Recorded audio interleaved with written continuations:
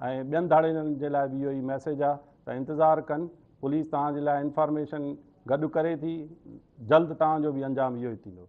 रहीम, अॼु तारीख़ 18 जुलाई ते दादू पुलिस जी तमामु हिकिड़ी वॾी कामयाबी आहे, जंहिंमें जेको बैनुल अक़वामी गैंग जो सरगुना विछू चांडियो हो उनखे दादू पुलिस पंहिंजे अंजाम ताईं पहुचायो आहे।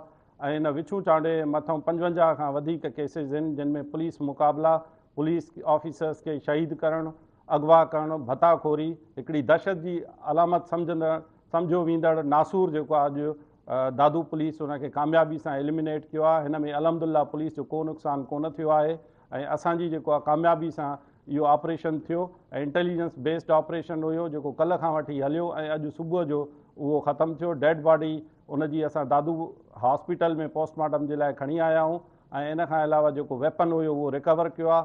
कुझु हिननि जा साथी ज़ख़्मी आहिनि जिन जी ॻोल्हा जारी आहे। उमेदु आहे त अञा पुलिस खे वधीक कामयाबी मिलंदी ऐं इनशाअल्लाह जेके दादू जी पुलिस आहे, दादू जा जेके जवान आहिनि, उहे हिकिड़ो क्लियर धाड़ेलनि खे ॾोहारियुनि खे मैसेज था ॾियनि त सुधरी वञो, कानून खे हथ में न खणो, न त कानून तव्हांखे पंहिंजे हथ में खणंदो ऐं तव्हांजो बि अंजाम अहिड़ो ई थींदो जहिड़ो हिन विछू चांडे जो थियो आहे। इनशाअल्लाह असां आवाम जी ताक़त सां, दोस्तनि जी ताक़त सां ज़रूरु जेके अमन जा दुश्मन आहिनि उन्हनि खे चाबी ॾींदासीं ऐं उन्हनि खे पंहिंजे मुआशिरे खां कढी पाक कंदासीं। असांजी CIA टीम जेको आहे सो उन में लीड रोल ई ऐं उन में चौकी गोज़ो आहे असांजी केन शाह थाणे जी, उन जा अमलदार ऐं असांजा प्राइवेट जेकी असांजी आहे फोर्स, उन बि असांखे इंफॉर्मेशन उते ॾिनी ऐं जंहिंजे नतीजे में हीउ सॼो कमु थियो।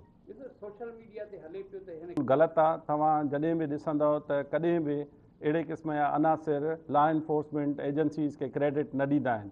हीअ त असां वटि लाश असांजी तहवील में आहे, जेको असलो आहे उहो रिकवर आहे ऐं डेड बॉडी जो पोस्टमार्टम थिए थो ऐं जेकॾहिं असां उते न हुजूं हा त हीअ लाश पुलिस जेकॾहिं रिकवर न करे आहे, उते मुक़ाबिलो न थिए आहे त हे अञा घणियूं ॻाल्हियूं कंदा। अलहमदिल्ला तव्हां ॾिसंदव अञा उनजो पोस्टमार्टम थींदो, इहे पुलिस जी गोलियूं ई तव्हांखे हुते मिलंदियूं ऐं ॿियनि धाड़ेलनि जे लाइ बि इहो ई मैसेज आहे त इंतज़ारु कनि, पुलिस तव्हांजे लाइ इंफॉर्मेशन गॾु करे थी, जल्द तव्हांजो बि अंजाम इहो ई थींदो। अॻिते कुझु टीमूं असांजूं उते आहिनि, काफ़ी उते रत जा निशान आहिनि ऐं रोशनी जीअं थी आहे असां पेरा खणाया आहिनि। असांजी पुलिस उते मौजूदु आहे, ऐं हिन पाण ऑपरेशन में लीड रोल में हुयुसि ऐं उते पाण पेरा खणाया आहिनि। इनशाअल्लाह मां सम्झां थो त इंतज़ारु कयो, अञा वधीक कामयाबी पुलिस खे मिलंदी। के 55 केसिस आहिनि जिन जे जेके संगीन नौवियत जा आहिनि, जंहिंमें पुलिस मुक़ाबिलो आहे, अगवा बराए तावान आहे, एक्सटॉर्शन आहे, भताखोरी आहे ऐं पुलिस ऑफिसर्स शहीद थियण जा जेके केस आहिनि उहे हिन जे मथां आहिनि। 20 खां वधीक हिन जे मथां पुलिस ऑफिसर्स खे जेको हमिलो आहे ऐं उन्हनि खे शहीद करण जा केसिस दाख़िल आहिनि।